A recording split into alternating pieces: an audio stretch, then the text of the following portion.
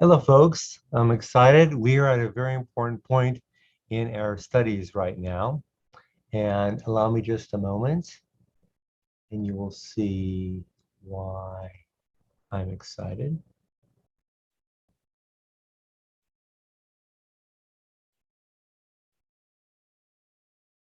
Because of all the Hebrew that you've been accumulating and learning, we are now this close to reading the Shema. And perhaps you're familiar with the Shema. Perhaps you've heard of the Shema. Shema is a Hebrew word. It means listen or hear. At the top of the page, Shema Israel, listen or hear Israel. This comes from Deuteronomy chapter 6. It is an excerpt of a big speech that Moses is giving to the people of Israel as he is anticipating his own death and therefore the handoff of leadership to Joshua. He speaks to the nation and he says, listen, Israel, there's only one God, and you need to always be loyal to God. Love God with your heart and your soul and your strength, and teach your children and live in accordance with God's commands and the mission that is put forth in the Torah. This is nicknamed the Shema. Many people call it a prayer. It's in the Siddur, it's in the prayer book. Officially, I don't think it's a prayer. It's more of a declaration or a charge. It's a charge by the speaker to the listener. So here we are, and this is anticipating the Shema, which we'll be learning in just a moment. But for now, on line number 1, Shema Yisrael. And then between line 1 and line 2, we have the Hey with an apostrophe. As you remember, that's pronounced Hashem. Hashem Eloheinu. Hashem Echad. Hey with an apostrophe is pronounced Hashem. Having a bit of difficulty with my cursor for some reason. Line number 2. Maybe this is working now. Line number 2.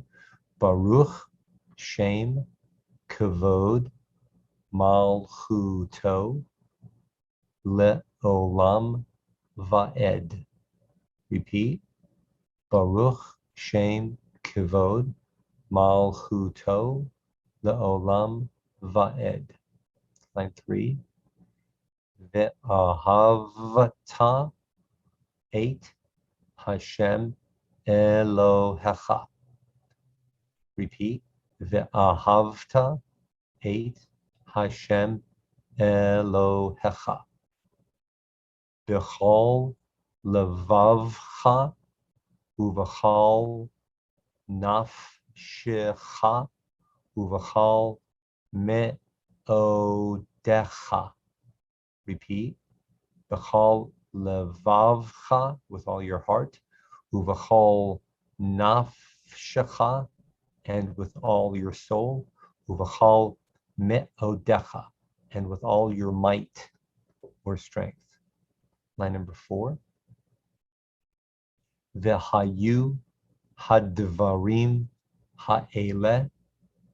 V'hayu hadvarim ha'ele. Asher anochi mitzavcha hayom al levavecha. Repeat, line 4. V'hayu hadvarim ha'ele asher anochi mitzavcha hayom al levavecha. Literally translated, and these words which I command you this day will be on your heart. Line 5. V'shinantam levanecha. Vishinantam levanecha. And you shall teach them diligently to your children. Line 6. Vidibarta bum. And you will speak of them. Vidibarta bum. B'shivtecha, b'veitecha, in your sitting in your house or in your home. B'shivtecha b'veitecha. Next line. Uvelechtecha vaderech, and in your walking upon your path. Uvelechtecha vaderech, uvshach becha, uvkumecha, uvshach becha, uvkumecha, and in your lying down and in your rising up. Line 7. Ukeshartam, and you shall tie them. Ukeshartam, you shall tie them. Laot al yadecha, as a sign upon your hand. Laot al yadecha. V'hayu letotafot. V'hayu letotafot. Bain einecha, and they shall be as totafot, little boxes with parchment. Bain einecha, between your eyes. Uch tavtam, and you shall write them. Al mizuzot, beitecha, uvisha'arecha. Write them as little parchments on the mezuzahs on the doorposts of your homes and upon your gates. This is a little mezuzah. It's obviously a black and white scanned image. It's not very clear, but perhaps you are familiar with the ancient practice of putting a mezuzah, which is a little protective box, holding the Shema, which is this paragraph written on parchment, and placing the mezuzah on the doorpost. So officially the doorpost is called the mezuzah. The box is nicknamed mezuzah, and the parchment, by those who don't know much Hebrew, is nicknamed the mezuzah. Technically, there are 3 words. Technically, the parchment is called klaf. That's Hebrew word. It means parchment. Technically, the little box is called a bayit, which means a house. And technically, the doorpost is the mezuzah. So officially, the klaf, parchment, is inside the bayit box on the mezuzah doorpost of your bayit, your home. Allow me to stop this and go into the next page for a moment.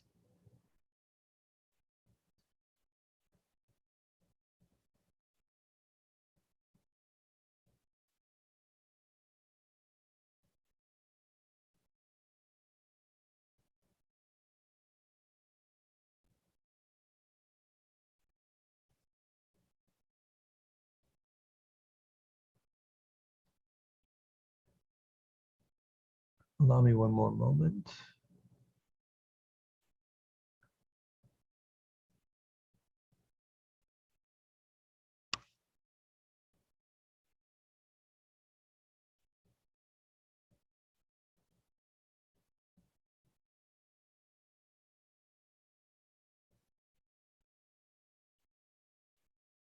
Here we are. So this is the precursor to the Shema itself, practicing the word echad. Let me make that just a little bit bigger and easier to read. So the main word here is echad. Echad is the number 1. 1 is the loneliest number. Remember that? Echad. So echad, core to Jewish tradition, is that there is only one God, never to be shaped or changed or altered or augmented in any way.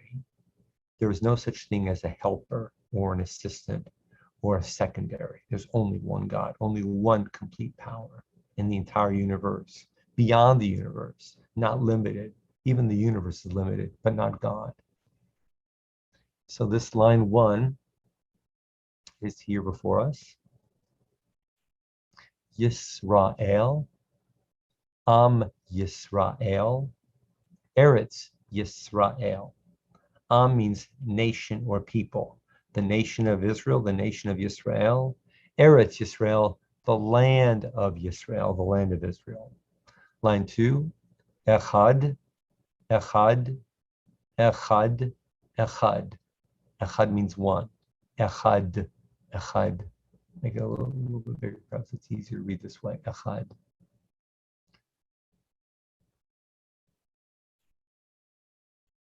We're on line 3. Pardon me. Line 3. Echad mi yodeya. Line 4. Echad ani yodeya. Line 5. Echad Eloheinu sheba shamayim uva'aretz. Echad Eloheinu sheba shamayim uva'aretz. There is one God. God is our God of the heavens and the earth. Line 6. Hashem echad u'shemo echad. God is one and God's name is one. And here we are. This is the Shema, very well known, of course, central to Jewish life. Shema Yisrael, Adonai Eloheinu, Adonai Echad. Hear, Israel, God, our God, God is one. Some people say, hear, Israel, or listen, Israel. It's the same, or maybe it's not. I'll let you discuss that on some thoughts or inside your own mind. Baruch Shem Kivod Malchuto Le'olam Va'ed. Repeat. Baruch Shem Kavod Malchuto Le'olam Va'ed. Here in the paragraph. Ve'ahavta 8 Adonai Elohecha V'chol Levavcha Uv'chol Nafshecha Uv'chol Me'odecha V'hayu Hadvarim Ha'ele Asher Anochi Mitzavacha Hayom Al Levavecha V'shinanatam Levanecha V'dibarta Bam B'shivtecha B'veitecha Uv'lechtecha V'derech Uv'shach Becha Uv'kumecha Ukeshartam Laot Al Yadecha V'hayu Letotafot Bein Einecha Tavtam Al Mizuzot Beitecha Uvish Arecha. Congratulations, fantastic. I'm going to read it again and I'll slow down, and then when we come to some difficult words, repeat them, but I wanted you to have it once all the way through. The Ahavta 8 Adonai Elohecha V'chol Levavcha Uv'chol Nafshecha Uv'chol Me'odecha V'hayu Hadvarim Ha'ele Asher Anochi Mitzavacha Hayom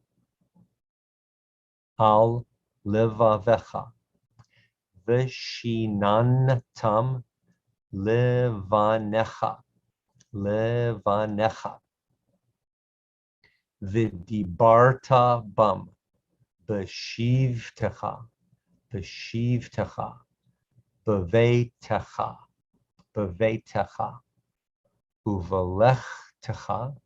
Uv'lechtecha V'derech Uv'shach Becha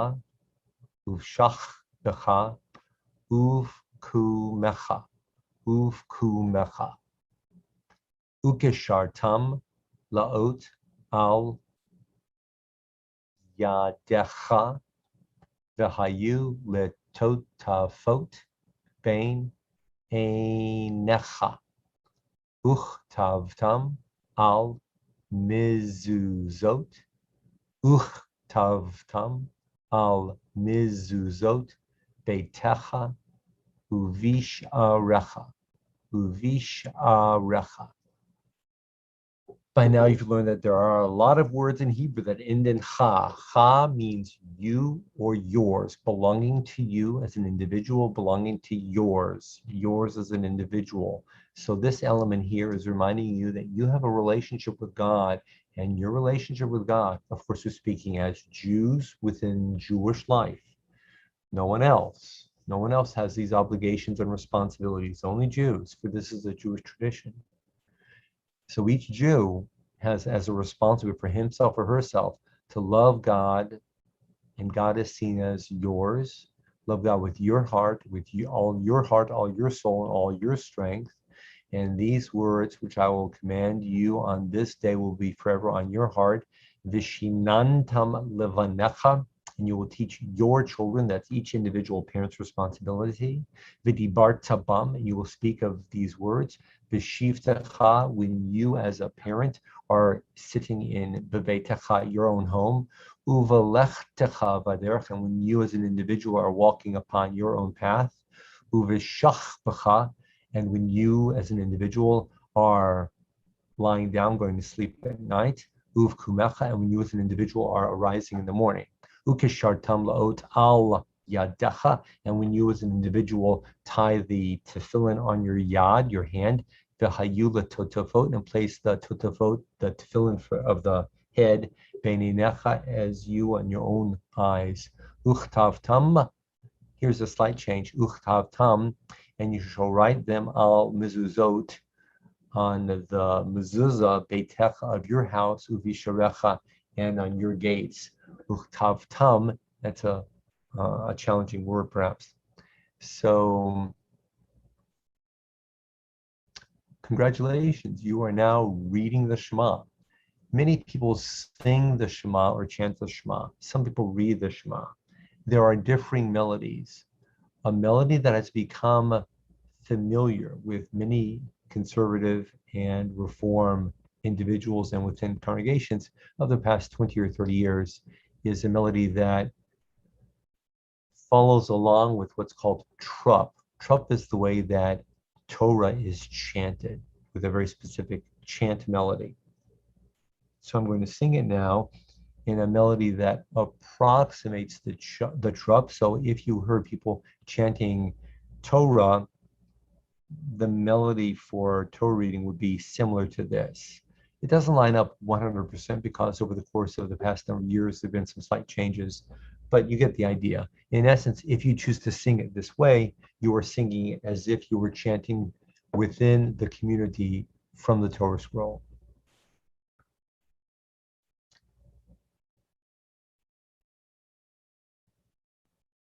Ve'ahavta et Adonai Elohecha b'chol levavcha u'b'chol nafshecha u'b'chol me'odecha v'hayu hadvarim ha'ele asher anochi mitzavecha hayom al levavecha Veshinantam levanecha v'dibarta bam b'shivtecha b'veitecha uvalechtecha v'derech uv'shachbecha uv'kumecha ukeshartam laot al yadecha v'hayu letotafot bein enecha uchtavtam al mezuzot Beitecha uvisharecha. Congratulations. I'm going to stop right now, and you have come tremendously far in just a few months, starting with a few letters and vowels, and you now have mastered the Shema. I hope that you continue to pray, to chant, to sing the Shema, and meditate upon it. It's tradition to recite it in the morning and also in the evening. And again, if you have any questions, feel free to contact me. My best wishes to you now for peace, for shalom, and we'll continue next week. Shalom, Litrod.